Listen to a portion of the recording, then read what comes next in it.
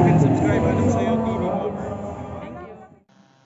Annyeonghaseyo mga kaanyong! Welcome to my channel, Anong Sayo TV. Today's video, we will talk about Park Seo-joon.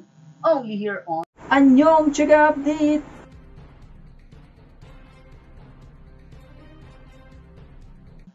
Park Seo-joon allegedly dating an American actress.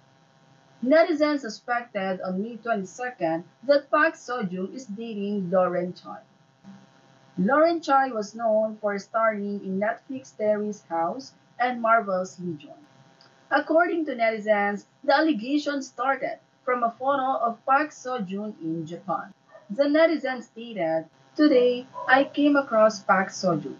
We were the only ones who noticed, and the staff told us to keep a secret.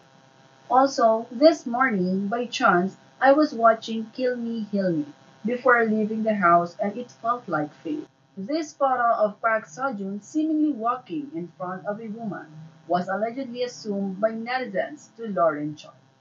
There's another tweet that netizens assume seeing Park Seo-joon on a date. Wow!